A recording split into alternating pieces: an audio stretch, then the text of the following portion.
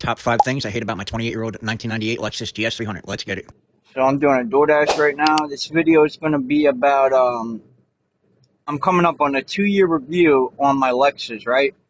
So I figured since I'm coming up on my 2-year review on my Lexus, I will talk about the top things I hate about this Lexus that has to do with age now that it's a 28-year-old car and things that have happened that weren't problems when I bought the car that are now problems now. So I'm gonna go pick up this order, and on the way to delivery, I'll tell you guys about it.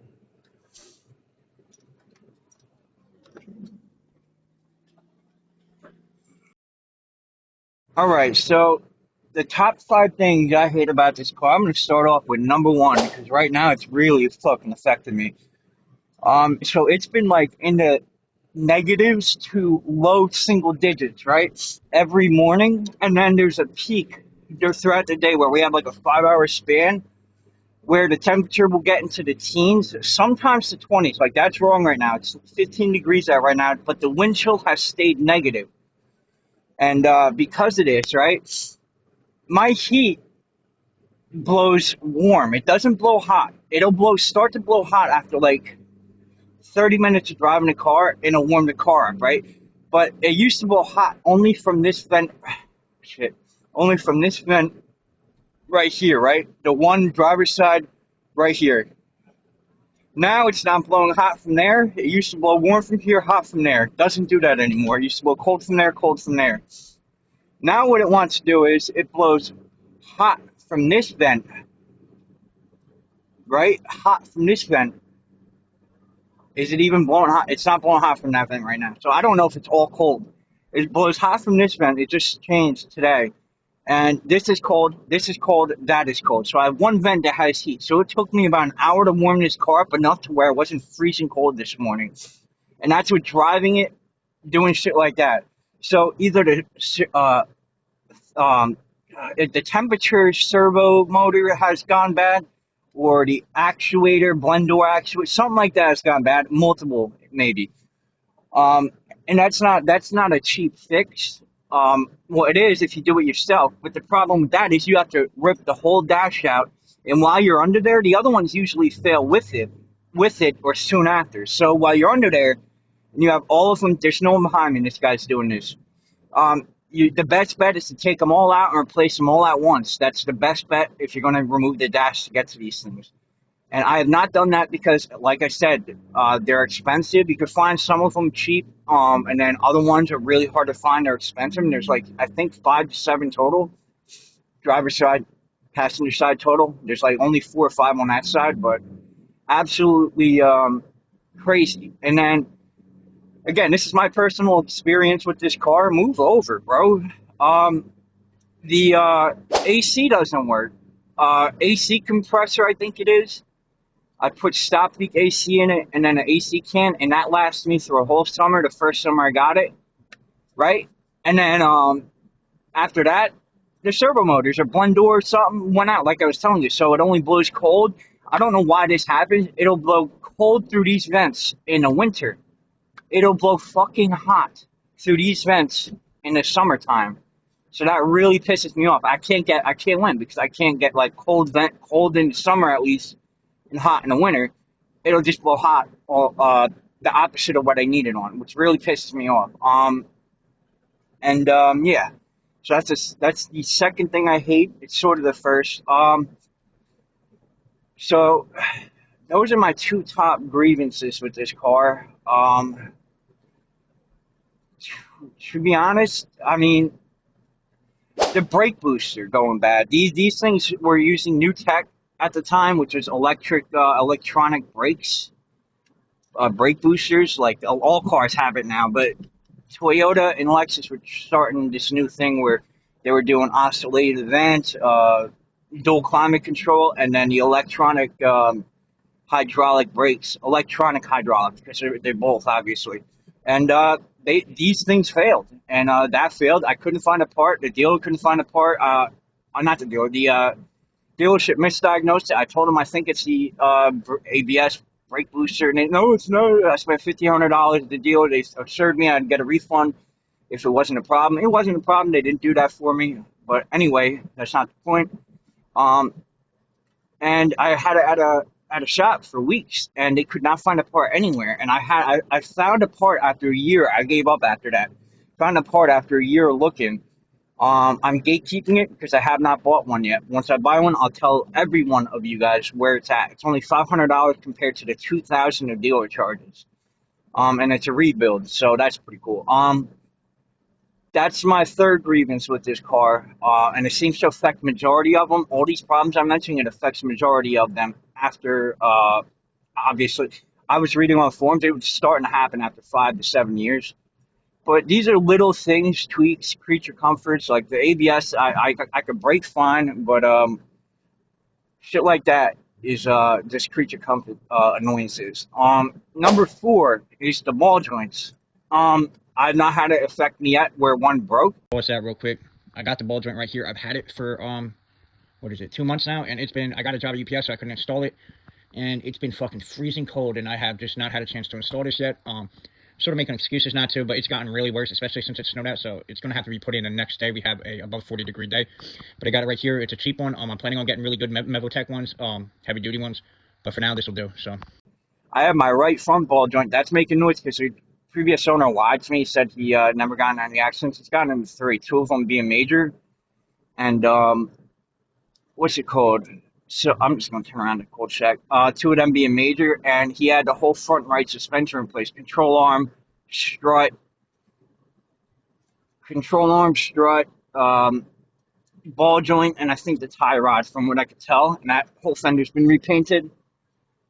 So the ball joint's making noise, the suspension's making noise from that side, and then all the struts are making noise. I think they're just the strut mounts, but the struts really need to be replaced. That's my fourth grievance with this car. I'm not adding it to the list though. We'll get at 400 because of simply because of that's a wear and tear maintenance problem, you know. So I think this house. Let me just double check. 18. I want to make sure it's the right one. Of course, no house numbers. I gotta love it. We'll get the front door picture real quick. Sorry for interrupting y'all. Yes, right house. So I'm gonna go run up here real quick. Not gonna talk. Just gonna fast forward this for you guys.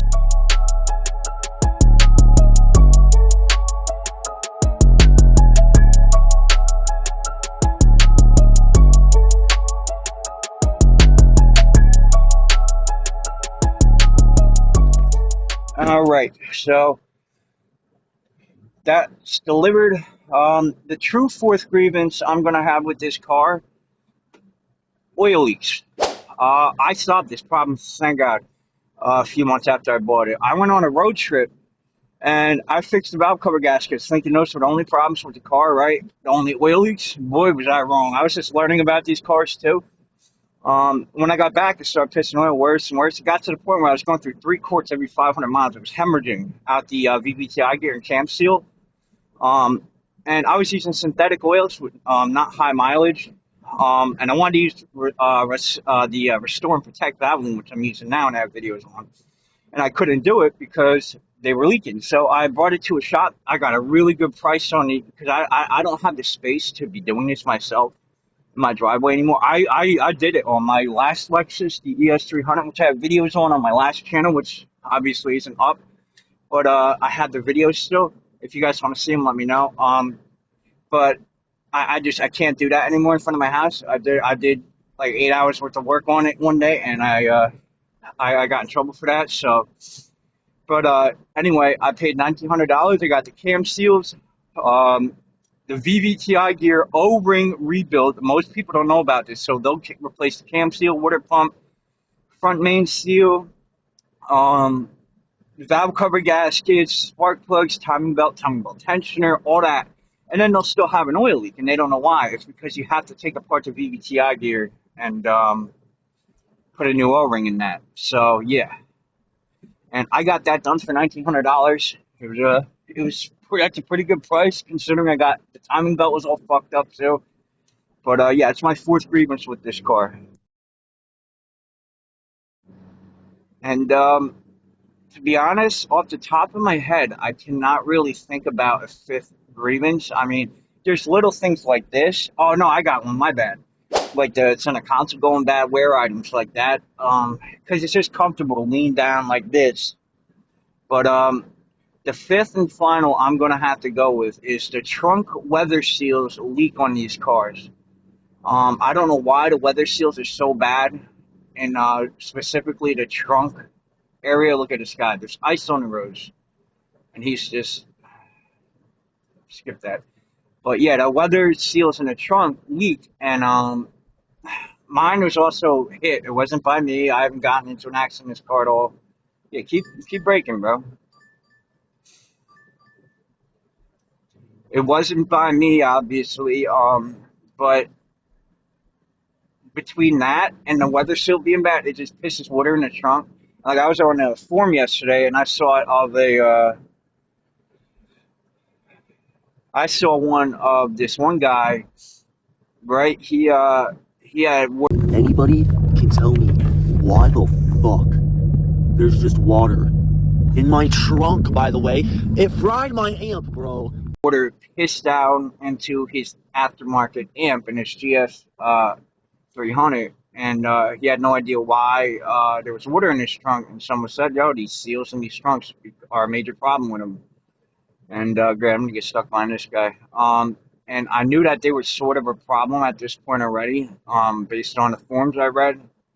But I did not know they were that major of a problem because I did not know they leaked and pissed water into certain compartments where it filled up that much. But me, I put a plastic like a poncho in my trunk, and then like a piece of wood blocking the area where underneath where it leaks, and then a towel on top of that. So this way, it drains into the towel, and then it falls onto the plastic underneath the towel, so it doesn't get the metal wet, the carpet wet, none of that. And then every once in a while, I put mold bags in my trunk, and I every once in a while I switch it out because I don't want to get mold in the trunk, obviously. And it seems to have worked.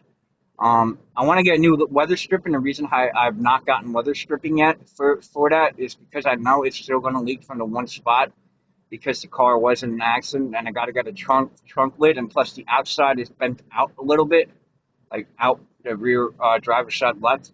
So I need to get that pulled in. So I don't know how I'm going to do that unless I'm going to bring it to a body like a frame shop that can pull it back in. But yeah. But it's getting pretty busy on Uber Eats, DoorDash, all that. So I'm gonna go do that.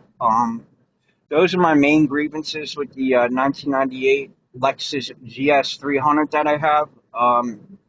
And not once have I thought about getting rid of this car until this morning when I was driving the car for about an hour and the heat did not warm up the car yet. I let it warm up for 20 minutes. I drove it around for about 45 minutes, came home, and I was still cold because the car did not warm up fully yet, on the inside at least. And yeah, and I was thinking this morning, man, I hate this fucking car. I want to sell it and get a fucking SUV so bad. And that thought came and gone, went really fast. I don't want to sell it. I'm not going to sell it. I'm not one of those people that buys cars and then sells them after making plans with them. There are a lot of YouTubers I notice like that that'll say, "Oh, I just bought this car. I love it. I'm not going to do this to it. I'm going to do this to it though," and then they never do it and they sell it, buy something new, rinse, repeat. So I'm not like that. I still have plans for this car. The only thing I'm struggling with right now is I am getting an SUV. I don't. Obviously, it's not going to be for a while. I'm going to keep daily in this. That's the plan for now.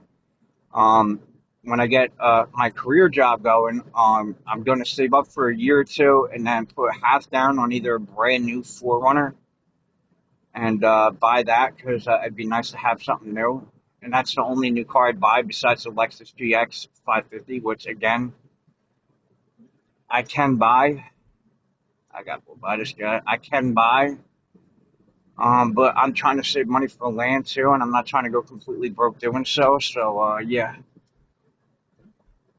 But it's I'm like fighting in my mind between whether getting a Lexus, I mean the brand new 4Runner, or getting a brand new 4Runner, or getting the like an old 90s LX 470, or mid 2000s, late 2000, like a 2009 Lexus GX470. But I hope you guys enjoyed this video. Remember to comment, rate, subscribe. Peace. Breaking news. Liam's Lexus Build 2 got motion.